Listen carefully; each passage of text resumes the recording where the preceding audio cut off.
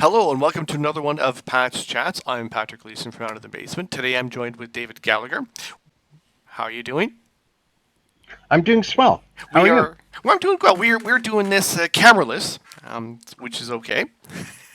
That's my own fault for not letting you know how it was going to go. It's all right. Yeah, had I known, I would have. It would have been different. But I, yeah. I like to challenge people.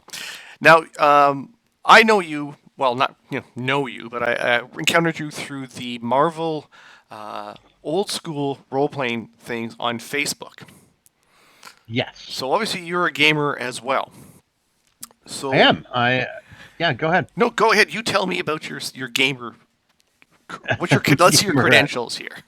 My credentials. So I started gaming the Marvel Superheroes role playing game. I guess in 1988. So 35 years ago. I Mm-hmm. guess. Yeah, we won't say how long.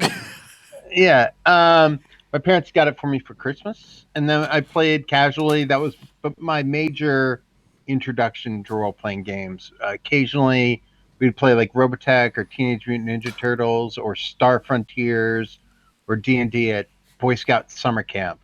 But the Marvel Superheroes role playing game was my very first like full fledged box set. This is the Mhm. game that I am. A few years later, I got into Rifts and played a bunch of the Palladium books, like uh, uh, Palladium Fantasy and yeah, I was gonna say Robotech. with Robotech and all the teenage, all that. That Yeah, sounds like very definitely a Palladium sort of systems. yeah. So I have been a GM seriously for about 30 years, but I've been playing games for 35. Hmm. So for a while. Yeah. Now, For are a you while. are you one Go of ahead. these eternal GMs? You know, that they get you to run all the time, and you rarely get to play I nowadays. prefer to GM. I really am a lousy player. I'm a lousy player. I say that I think it comes down to a couple of things. One, uh, I really I my full time job is game designer and narrative developer for video games. So Oh, that's what I do for a living. Before that, I wrote comic books for Marvel and DC. So I really like to control the parameters of the story. mhm.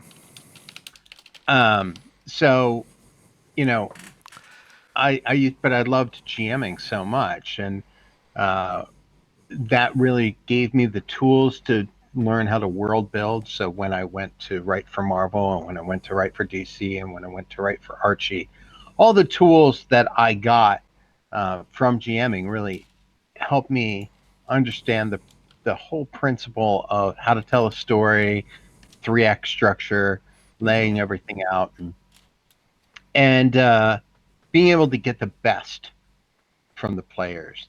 Yeah. Um, as a player, um, I used to love acting when I was in school, Mhm. and I even went to drama school for a little while. But as an actor, and as a player, I think very much like just know your lines and Yeah. don't pay attention to everybody else's lines. And so when I'm a player, I'm always focused on what is my character going to say next? What is my player going to do next? And I'm always trying to not jump on other people's cues, but the improv aspect of it is always really tricky for me because I want to make sure that I'm giving everybody else space and I don't take up too much space. And there's table dynamics Mhm. with other players, and I just don't. I'm just not in that space. Yeah. I was gonna say it But is. what? Oh, sorry. No, go ahead. I was gonna say it is hard sometimes when you're trying to mesh, a bunch of people together at a role playing event. When it's like, okay, you don't want to overshadow anyone, but you also want to be able to show your side too. Right, exactly. So I'm much more sheepish, much less gung ho player, but I am a really good. I think I'm a really good GM. So I've been running the Marvel superheroes role playing game. My parents got me in what 2011. Or my family got me in 2011. Okay. So God, that's 12 years ago Yeah. at this point, right?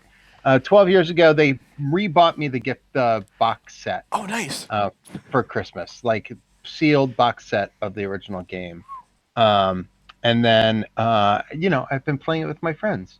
You know, we'd go to bars in New York City and we'd play once a month. Then COVID hit and we started playing once a week. Hmm. And I ran some games professionally to benefit with other comic creators to benefit like the Book Industry Alliance, to help bookstores that were shut down during COVID. Um, and so that all of that is just such tremendous fun for me. Um, so to answer your question, I've been doing this for a while, and I am absolutely a forever GM. That's good. It's good. As I said, have you tried anything in Roll20 for the Marvel game itself? Oh yeah, in fact I use Roll20. I code in Roll20, so I Oh, code APIs and stuff.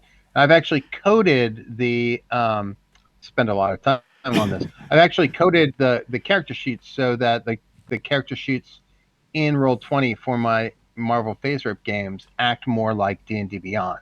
So oh, you'll have a character sheet and it will look like the character sheets from the Gamer's Handbook in the Marvel Superheroes role-playing game.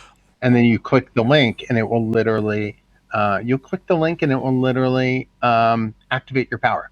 oh, nice. I'll have to take a look at it because I'm on Roll I will. Twenty and I have a Marvel superhero. My friend and I co DM. Sort of all depends on. Right. So who do you want to play? I want to play this hero. Okay, well I'll run those guys, and then you run me as Thor and stuff. So Right. So and right now, go ahead. no, yeah, go ahead. Sorry. Yeah. So right now, for example, I'll send you a link to the game I'm running, but I'm running a Alpha Flight game soon. Nice. And in it, the players are playing Alpha Flight, and it's going to take place during Christmas.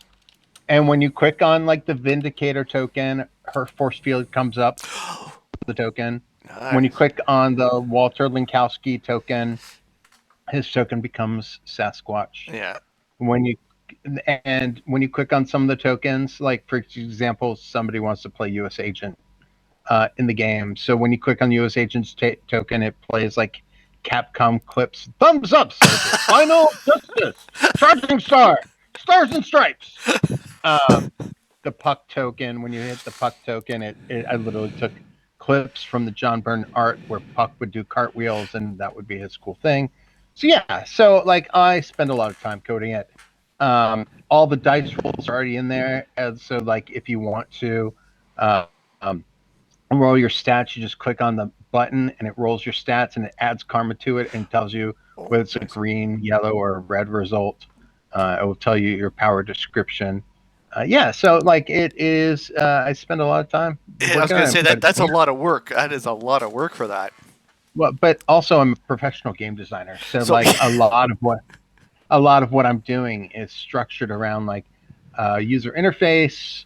How do you get the best results out of this? Like so, but for me, it's a lot of fun. But when you look at it, you're like, okay, well, this is cool. I can see how this works. I can see how the math works. Um, and I have so much fun doing it. I kind of go a little overboard because I um, because I use a lot of the APIs in Roll20, like Token Mod and Spawn default token and stuff. And Nick Olivo, who does a bunch of YouTube shorts about Roll20, does all these cool tutorials and stuff. yeah. But I have a great time. So primarily, I run the Marvel Superheroes role playing game. Uh, I ran for my birthday, which was in June. I ran the Teenage Mutant Ninja Turtles game, Mm. which was great from Palladium. So that was a lot of fun.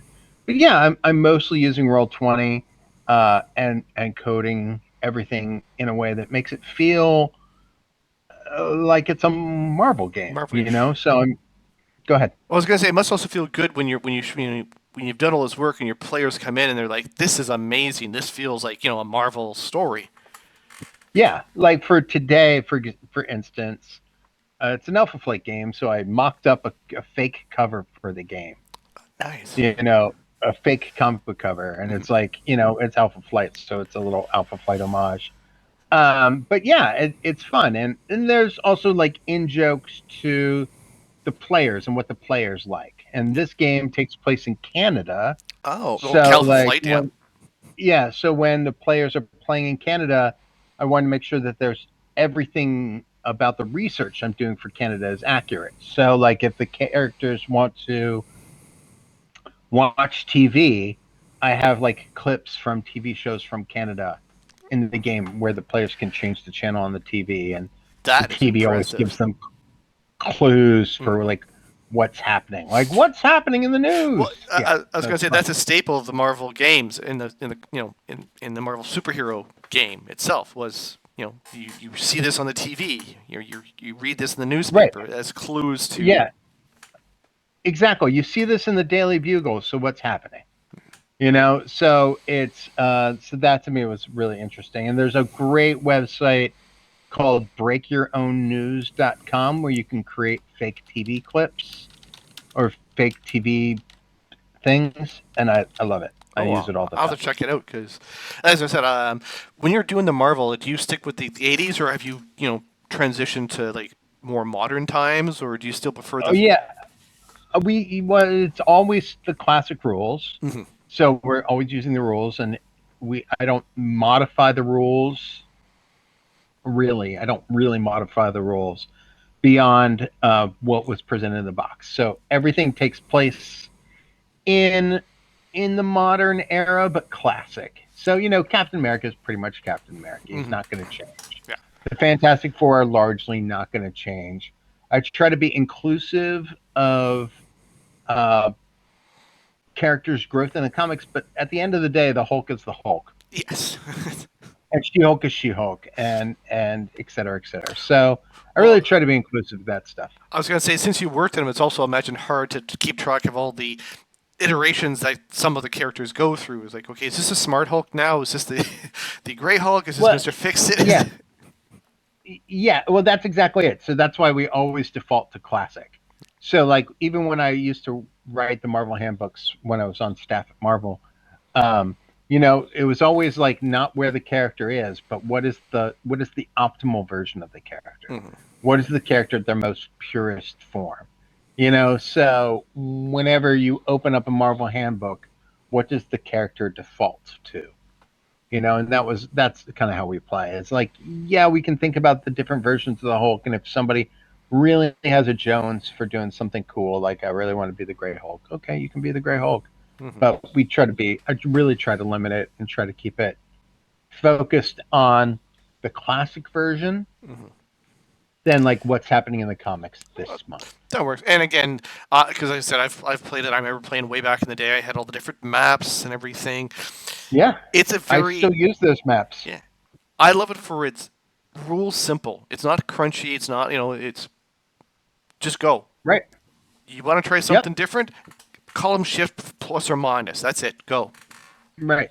Exactly. And the ability is, yeah, that's great. You want to do something complex, column shift, great. Or you can say, okay, well, this is a red result, or you'll need a green result, or you'll need a yellow result. Mhm. There's a lot of flexibility there.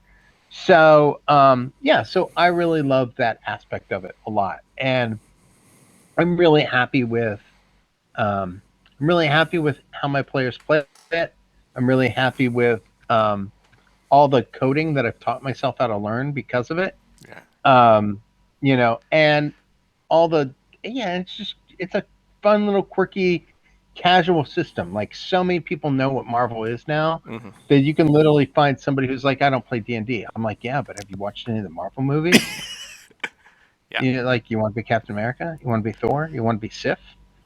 Like there's stats for like Everybody. over 3,000 Oh, characters. I know. Yeah, I have the all the omni not the omnibuses, but the gamer the gamer handbooks. handbooks. Yeah. Sorry. Yes, I have all those as well, and it's just like they're great. What era do you want? Here we go. Yeah, Yeah. yeah, and if you can't find it, I mean, most of the characters. I mean, again, 3,000 characters. There's some characters that are difficult to find, but the Marvel handbooks have rules for statting those characters Mhm. out. So they have like benchmarking, Yes. where you could like, I think it was in the advanced box set. They were like, "This is how you make Osprey," Yes. and you're like, "Who? Yeah. Well, but yeah, it was Who?" like, okay, the benchmarks were nice. I love that because it's like, okay, is he as strong as Wolverine or is he stronger? Is he, like, is he as smart as Right, Tony Stark or, in the area? And then it's like, okay, just in that range, that's what you're looking at. right, exactly. And I think that Matt Forbeck, Matt loves the original Marvel games so Yes. much, and I think that that's going to be a lot of what he's looking at too in putting this together is looking at like, well, how do these things scale up and down? Mm-hmm. There have been, I think, five different Marvel role playing games at this point. Yes. Um, there, there has been the Phase Rip game. There's Saga. There was the Diceless one. Yeah. There was Cortex, and now the The multiverse. multiverse. I've pre-ordered the book. It's waiting for it to come out to take a look at it. Uh, Yeah. I'm still like you. Like the old. I'm going to be doing a demo in a couple. I think August 26th at a game store for Hmm. people to run it because I'm like you. I'm usually the DM. People love that. Well, I appreciate it, but they're like, you got to run the game. It's like, okay. My games are always super. I don't know about you, but my games are always super ridiculous. Yeah. I mean, in a good way, but like in a good way. But the plots are like so high concept, and I think some of that just comes from like working in comics. Mm-hmm. But like when I ran the Teenage Mutant Ninja Turtles game, it was TMNT versus the Care Bears, and all the Care Bears names started with air, or it rhymed with air. I So there was Fair Bear, Glare Bear, Au Contraire Bear, Over Bear. Like Glom Bear. Glum Bear. Glom, as There in was glom, as in sorry, Glam Bear. I should say Glam Bear. Glam. There wasn't a Glam. There wasn't Glam because it doesn't rhyme with Oh, yeah, air. yeah. Sorry. So, but there was Hair Bear who transformed into a rabbit, and Were Bear who transformed into a girl because it was a werebear. Yeah. There was another werebear that turned invisible. Like, where are you? There Oh. was their bear. I made like 36 of them. Uh, yeah, au contraire bear would be like you'd fire your powers at them and it'd be like au contraire, and it would go back to you. Yeah. And then there's Spare Bear who made a duplicate of himself. Pear Bear who had a paring knife who would like fillet your skin off. So anyway, that was the Teenage Mutant Ninja Turtles game, and that was ludicrous. And then I ran a DC game with Batman characters Mhm. for Valentine's Day, and that was where the supervillains built a dating app because they wanted to. They're like, well, we need a. I mean, it's very complicated, but the supervillains created a dating app that took your vitals and made clones of you. Okay. All right. So Now, go ahead. I was going to ask you about the DC game because Marvel was very, the fun fluff game. The Right. first DC Heroes one with the wheel and everything, with the it's exponential, so it's logarithmic progression was a much more complicated, much more math heavy. It's much more. It requires a little bit more knowledge of math and a little bit more dice tossing. But the spirit of the game is still there if you can get it right. And I've played that game.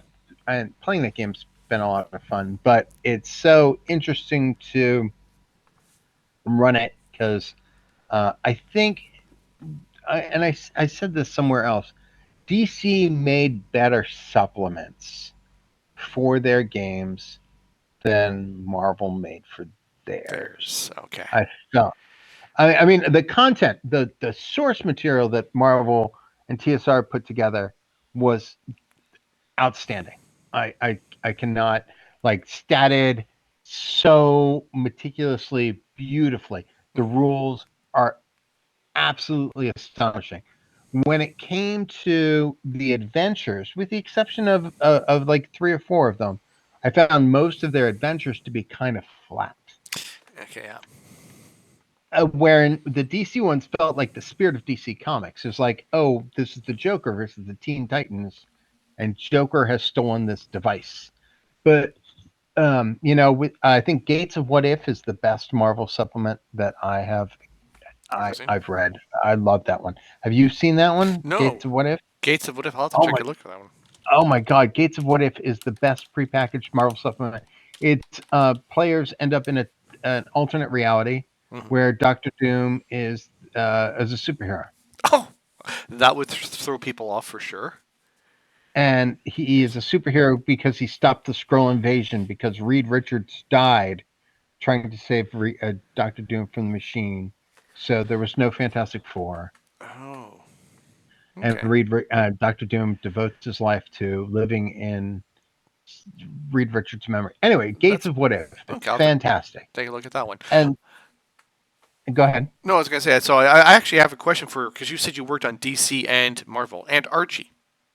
So this is Yeah, a I worked random for. question. Were Yes, you involved with the Punisher meets Archie?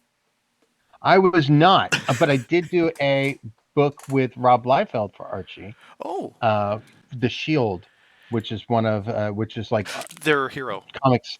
Yeah, their version of Captain America. Yeah. But before Captain America came out, um, they debuted the Shield, and Captain America had a triangular shield that they had to get rid of Because it matched the because shield. The shield yeah, shields. exactly, exactly.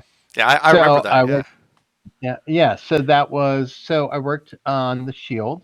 I worked on Green Lantern. I did Dark Star and the Winter Guard. I wrote Iron Man, and I wrote one issue of Spider Man and one issue of the Incredible Hulk. Oh, nice. Yeah, and then most of what I did for Marvel was, and for DC is I developed their webcomics programs. Oh, nice.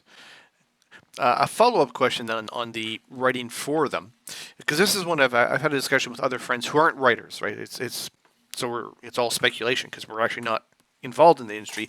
But is it hard for writers to come up with something like because you can't kill off the big characters, right? You can't kill them off. You have to keep them alive. Is it hard writing month after month for that sort of idea where you're like, I can't do anything big because you know Captain America's got to be Captain America. Well, the thing is when you kill a character, it has to matter. Okay. Right. So when you kill a character, so it has to matter. So have you read Alpha Flight before? Yes, back in the day, and then when Vindicator died, and then You know, Guardian died. Right. Guardian died. Guardian, then Heather, his wife, took over. Right. But you see the buildup for that, right? Yes. That was a 12-issue buildup. Yeah. They didn't just randomly kill him for they made you like him so that when something bad happened to him, you're like, oh my God. Hmm. You know, or like you think about when Beta Ray Bill debuted, or you think about when Captain America wasn't Captain America anymore and John Walker came in. Hmm. Or you think about when James Rhodes took over Demon in the Bottle. You can do those things, but you have to build towards them. You can't just kill a character immediately and then so even in a campaign, like when you're designing a campaign, you think about how your players progress. You're not going to kill your players right before they start. No. That's no fun. You want to create that momentum where you're emotionally invested, and that's when you rip them. You rip their security away. I'm a big fan of old time radio. I'm a big fan of like Flash Gordon and Superman and suspense. And there's a adage that says, "Make them laugh, make them cry, make them wait." Oh, okay. So what you really want to do is make them laugh, like, "Oh, this is great! Oh my God!" And then you want to break their heart, and then you want them to wait for the next session, or wait for the next episode, or wait for the next issue. Yeah. And that's really what you want to do, is you want to create a situation where you're like, "Oh man, this is fantastic." "Oh my God, this is so heartbreaking. Oh my God, I Yeah. need more." And that's really the situation you want to get into. So when you're writing your comic, or your episode or your session, you really think from that perspective. It's like, what is it going to make the players feel like they're against the wall? Hmm. What's going to make them feel like oh my goodness, like we are done for.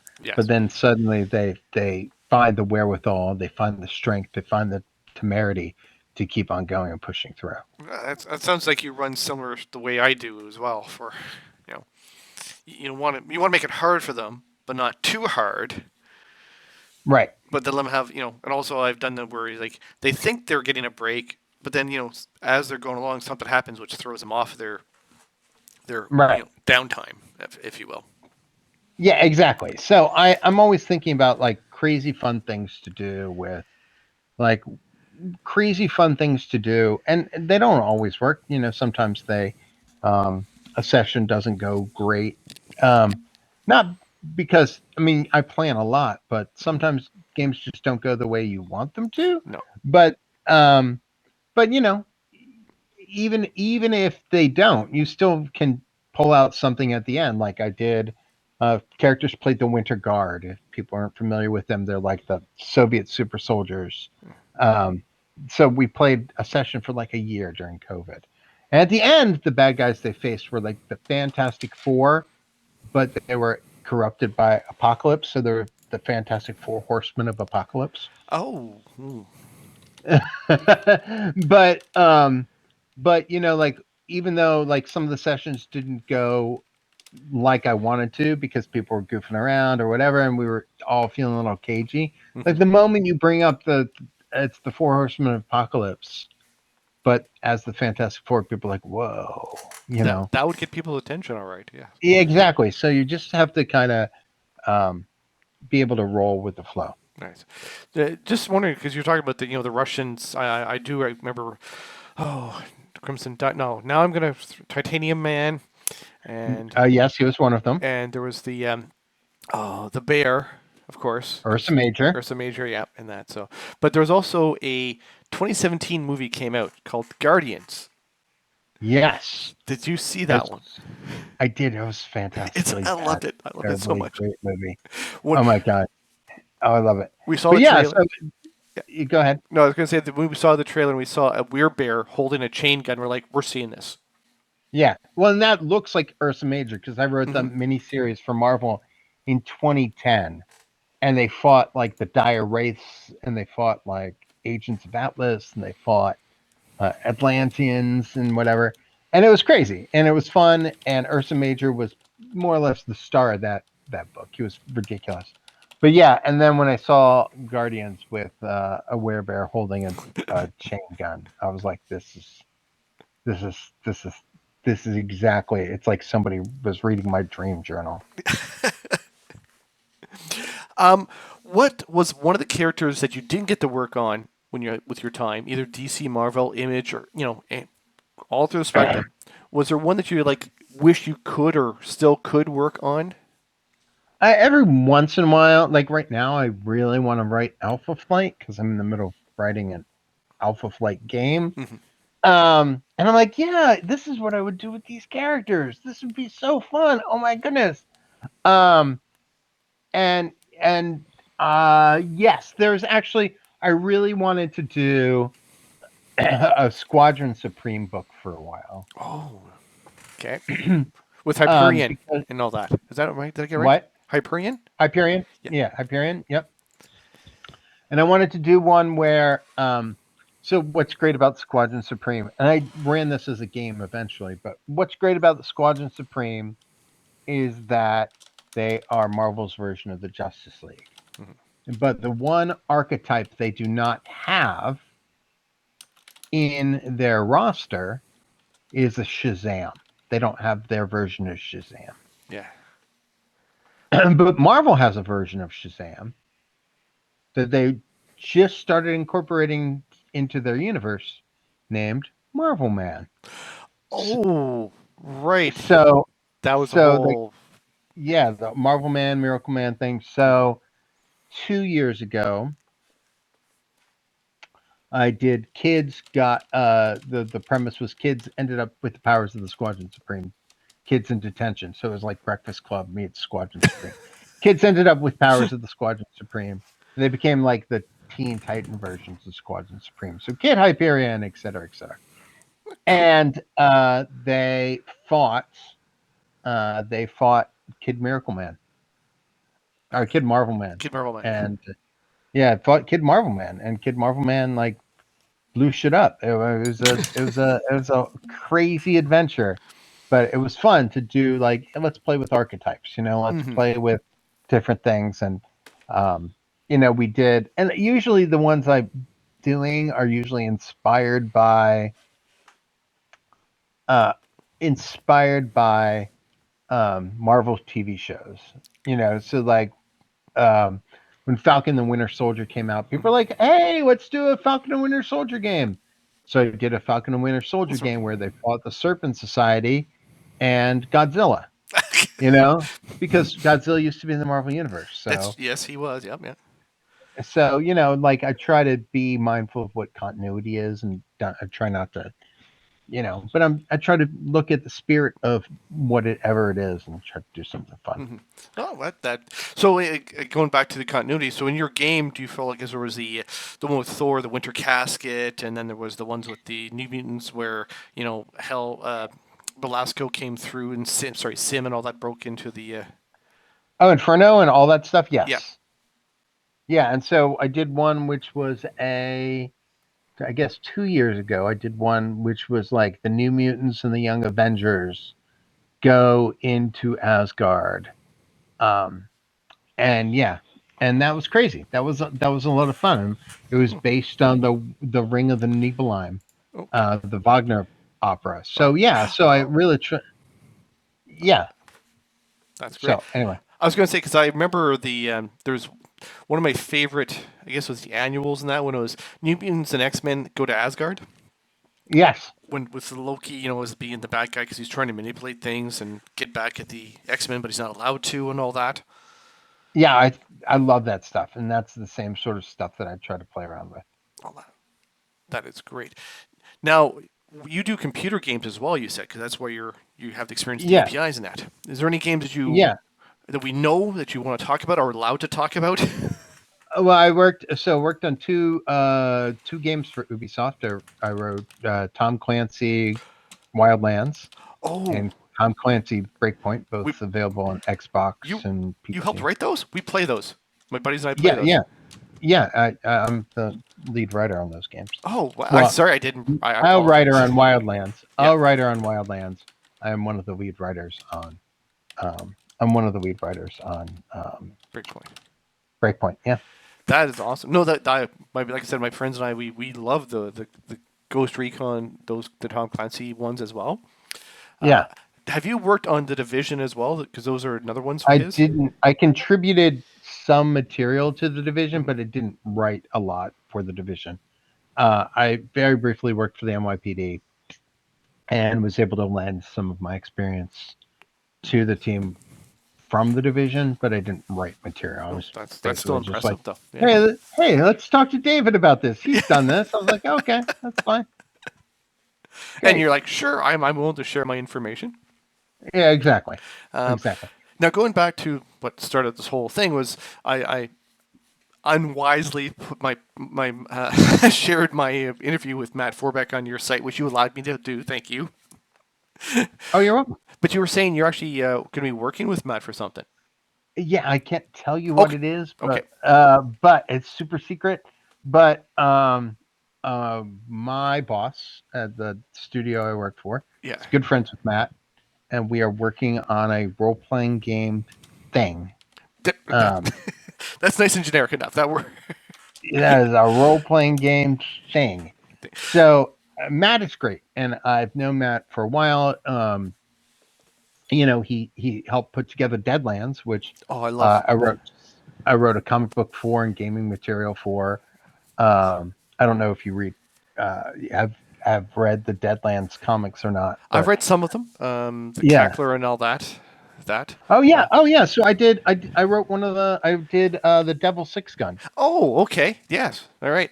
which Yeah. has Because got yeah. Go ahead. I was gonna say because Deadlands is anyone who knows me, Deadlands is one of my favorite games of all times.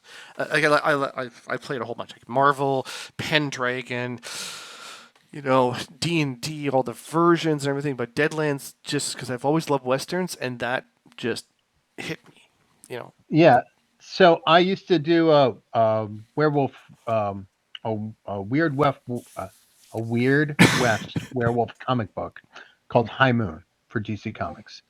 So it was a Mm. werewolf western, and we won a Harvey Award for it and stuff. And Nice. so I wrote that for 3 years, and then the experience from there, I was able to um, leverage into working on working with Visionary Comics and Pinnacle to do a story for their Deadlands series called "The Devil's Six Gun," where a guy is hired to make a gun, where an inventor is poisoned by a ghost rock um, and driven to make a gun that can kill the devil.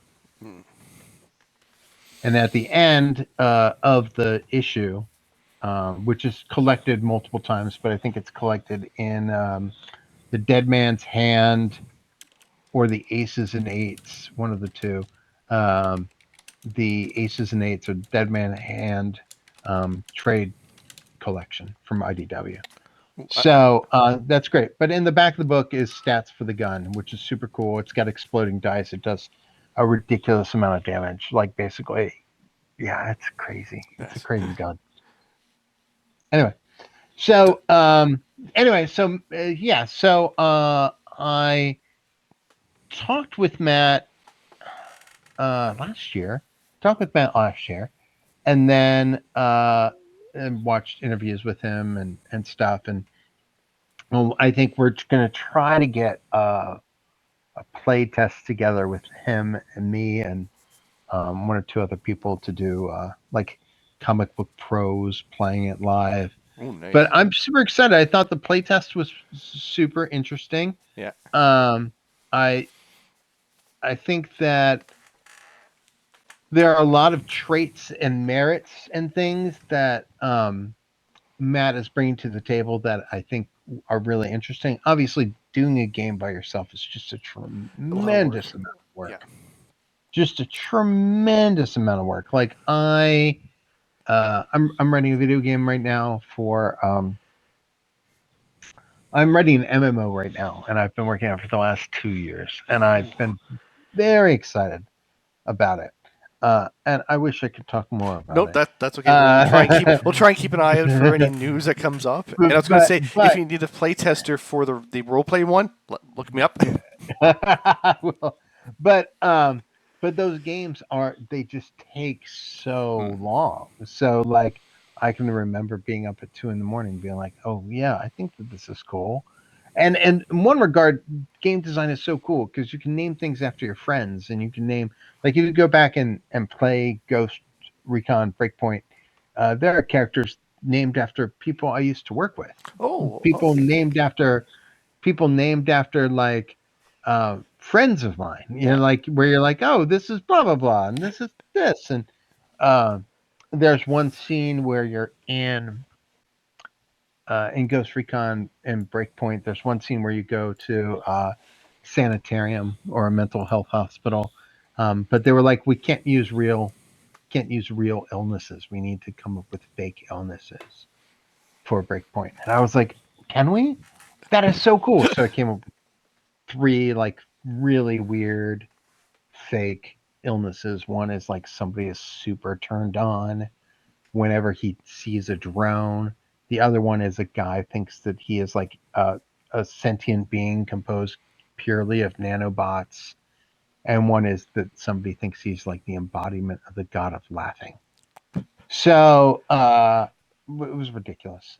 So ridiculous. But I had such a good time putting it together. Because yeah, so at that point you're like, oh hey, like you have parameters, and Hmm.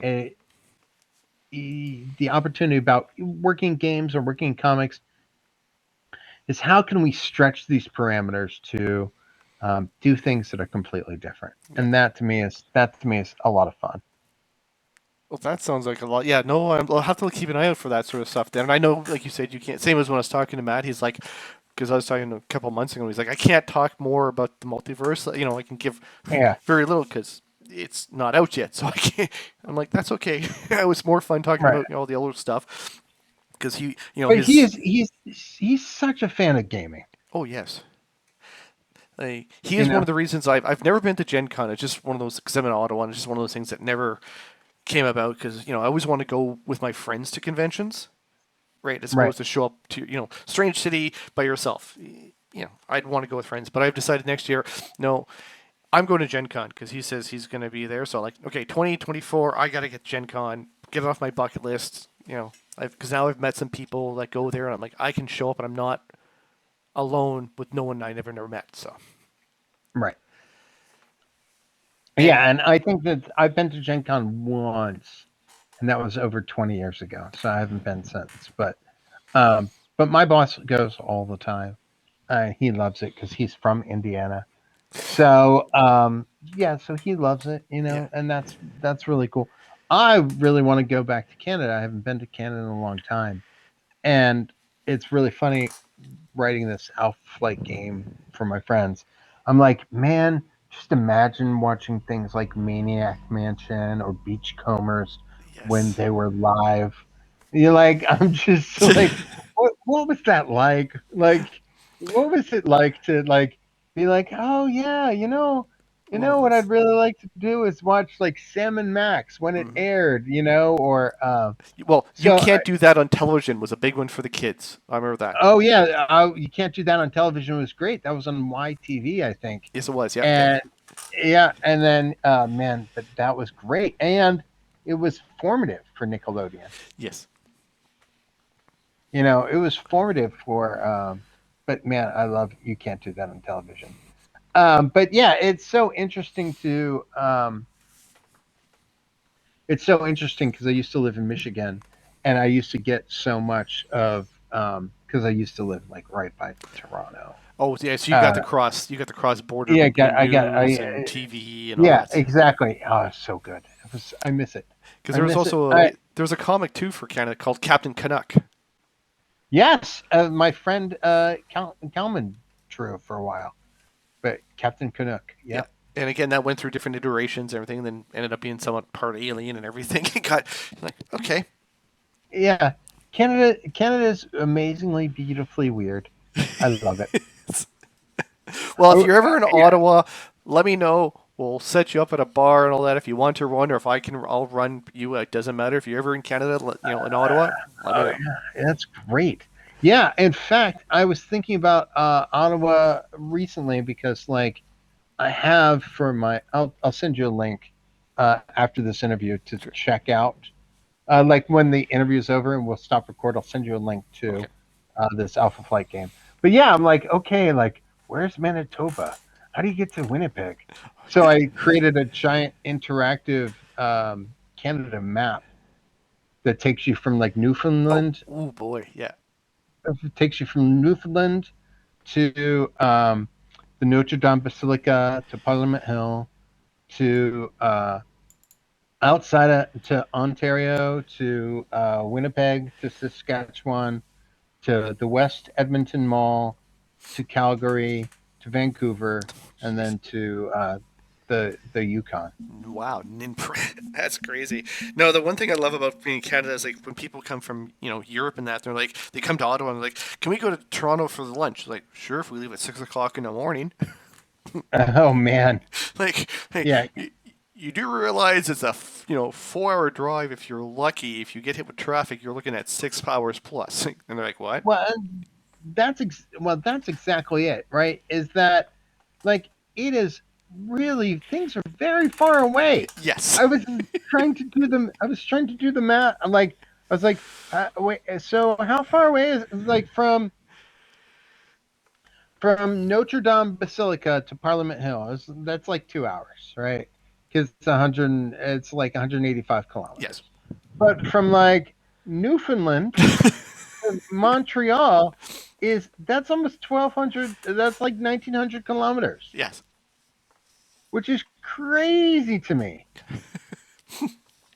Because I have Which is family live in PEI, Prince Edward Island, and it's yeah. it's a 14-hour drive if you're like not taking any breaks or anything. Like, that's basically how long it takes, and that's Oh slightly wow. speeding, right? Yeah, a little bit, but Yeah.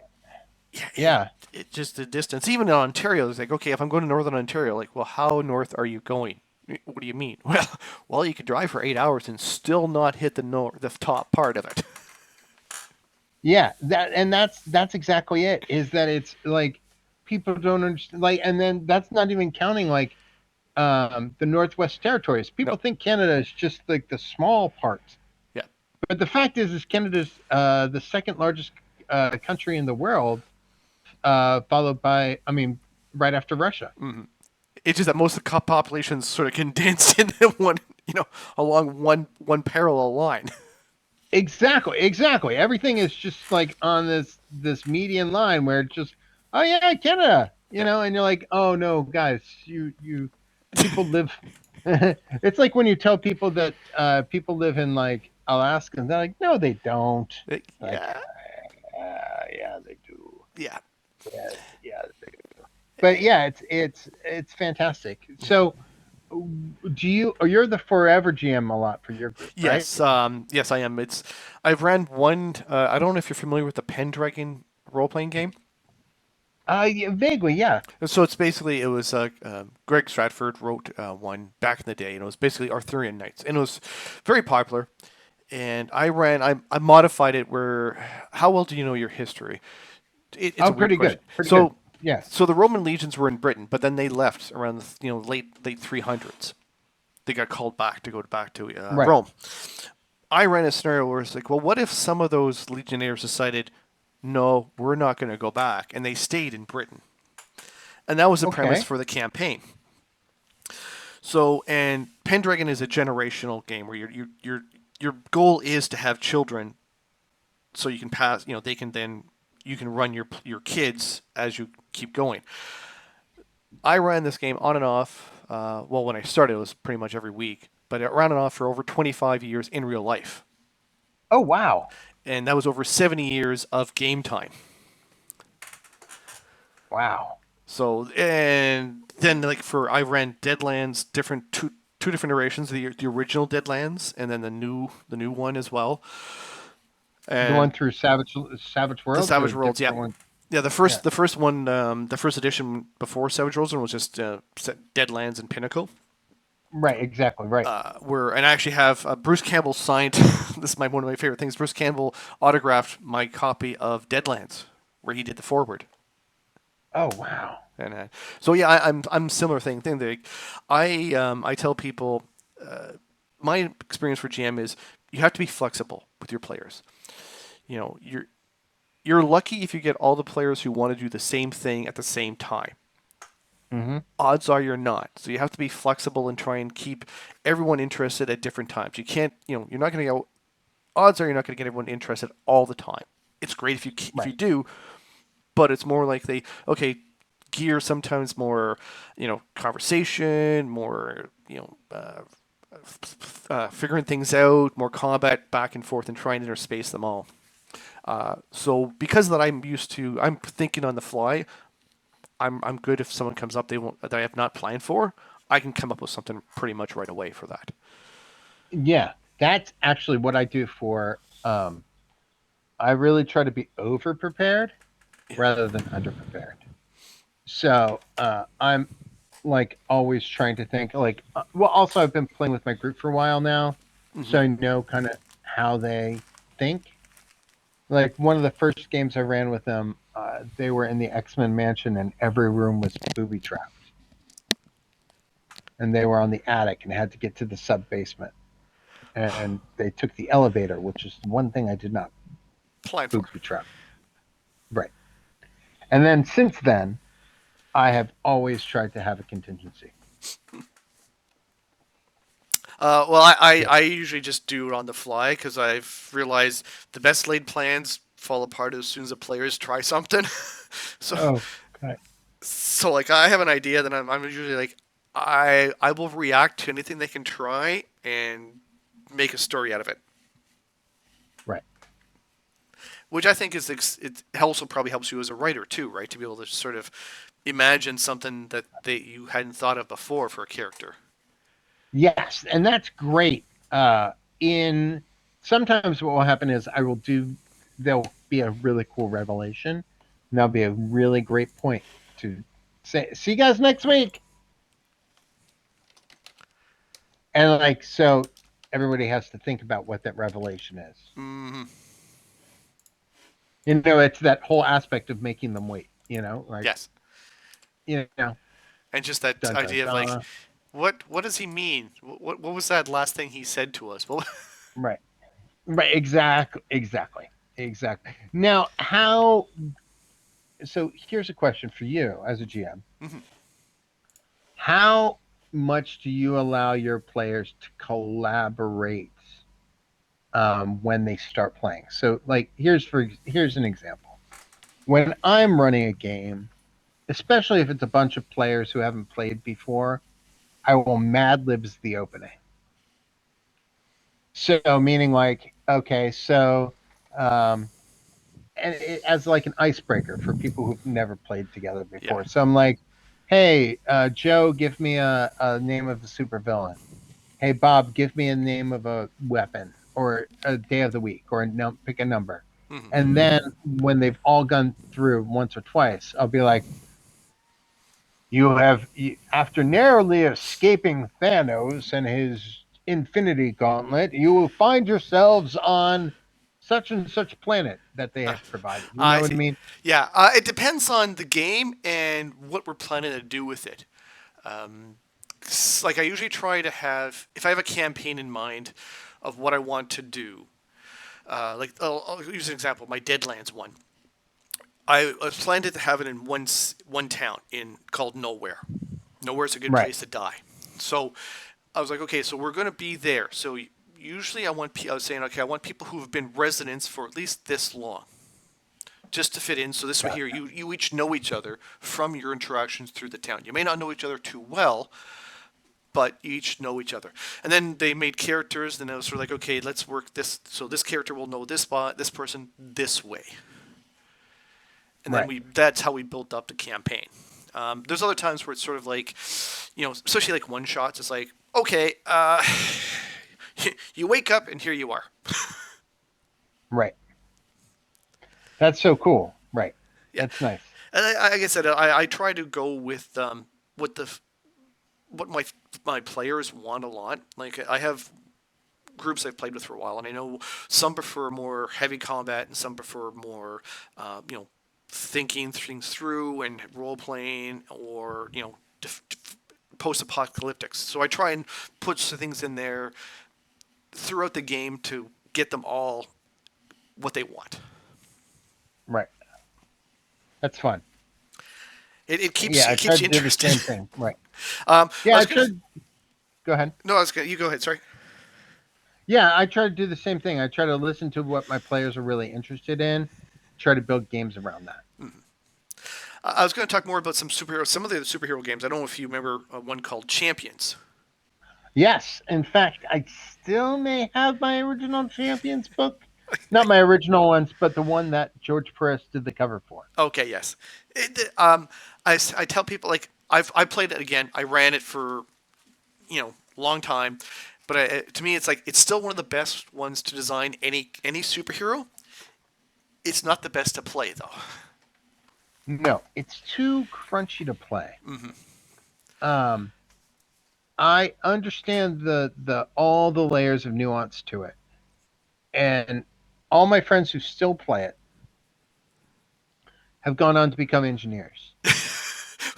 I'm not surprised because when you start adding okay, advantage is one quarter and then limitations three quarters, and Right, it does but get crunchy. Yes.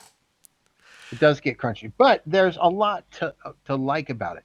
And my favorite thing about Champions ultimately isn't so much that the system was great, but the all the articles and essays they had about the types of games they Mm-hmm. were and how to scale were really fantastic. Yeah. And I used one of the supplements, uh, whatever his name was, Dr. Fred. It's Doctor basically Destroyer. like Doctor Destroyer. Dr. Destroyer. Yeah, the Island of Dr. Destroyer Yeah.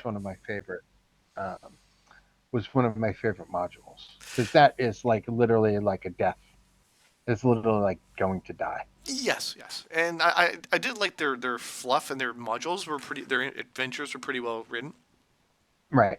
Yeah. Did you ever play Matt's Brave New World one? No. It's a more sort of like it'd be perfect now because it's a grittier version of superheroes. So it's more like the four color the four color ideas. You know, it's like What is it called? Brave New World. It came out in 1999 Okay. before things hit. It's basically supers are regulated, right? Oh And wow. you Oh, it's through Pinnacle. yes. That's actually where things went off because when he left, he took Brave New World and Shane kept Deadlands. Right. Yes, I do remember that. Okay. So, is this where I'm gonna mess this up. Is this where Necessary Evil came from? Uh, no, but I do I it didn't, but I think it is related to it. I can't say for Yeah. sure either, but yeah, it was connected to it. Right. That's what I meant. Is it Yes, like, are they connected? Right. and I did like Necessary Evil too, where it's like okay, like you said, where Doctor Doom is the superhero, same idea. It's like all the supers are dead, so the villains have to step up to the plate.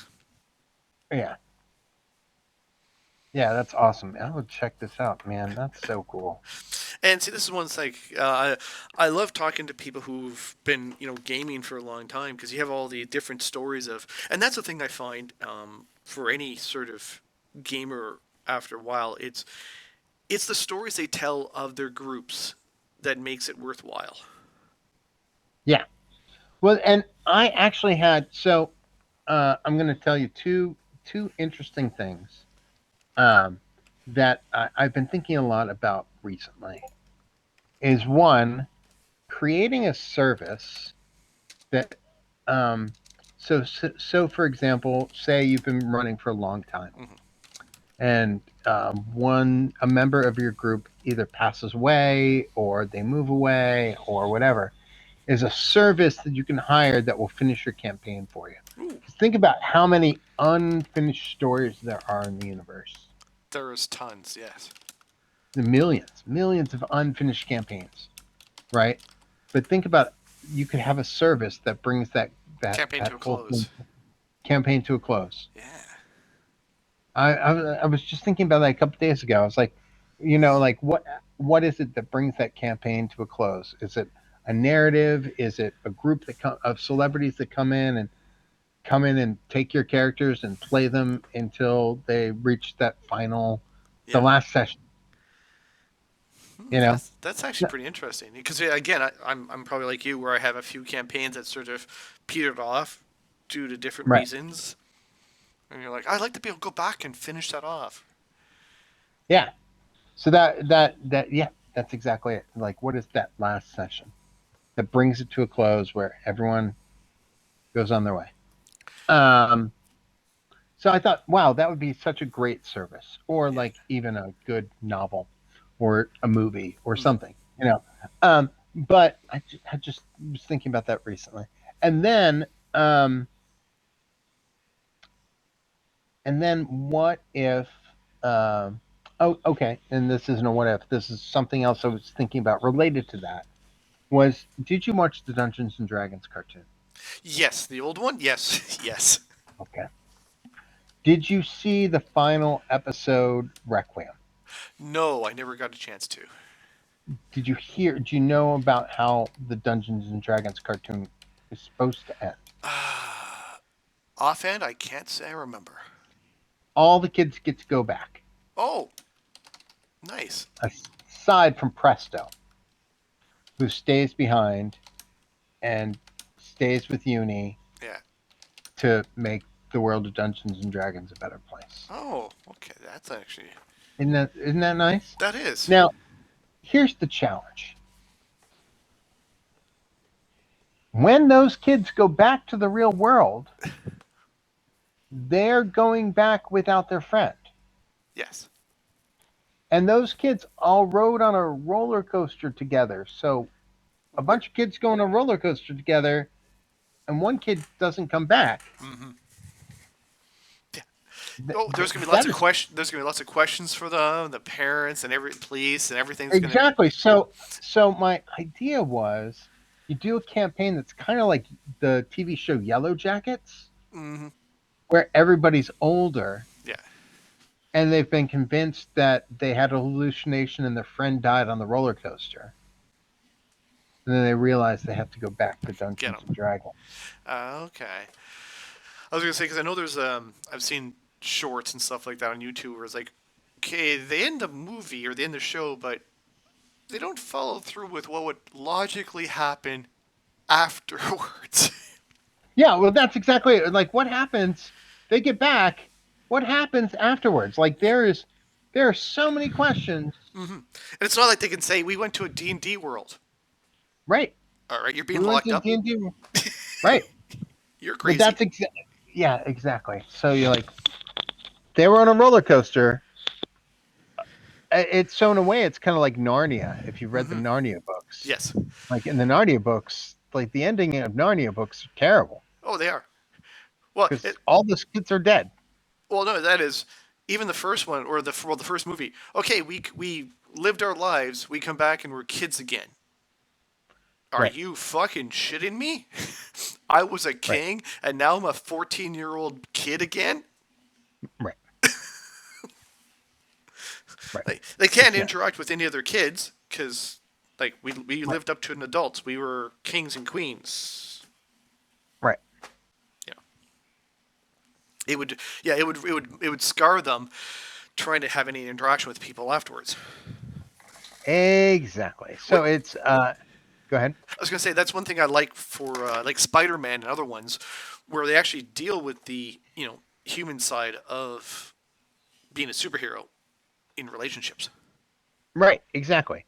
And so that to me is yeah, that to me is what's really interesting is like how do you um make the most of that balance between role playing and adventure. Hmm. You know, how do you balance that? How do you balance that all? So that to me is something that I'm really interested in. You know, both in I mean, I try to run superhero games pretty light, but when I'm running Yes. more serious games, I really like to like deal in the not the trauma of it all, but like the story of it all. Hmm. You know, like get let's tell that story, and tell the deeper story because I really feel that games in a way are cathartic ways to allow ourselves to bring out different aspects of ourselves. I agree. I agree. Well, I was gonna say, see, just now that I know you've written the Breakpoint and Wildlands, I can see your influence there for those games because, yeah, they start to get into more than just the, hey, I'm here to kill people. Right, right.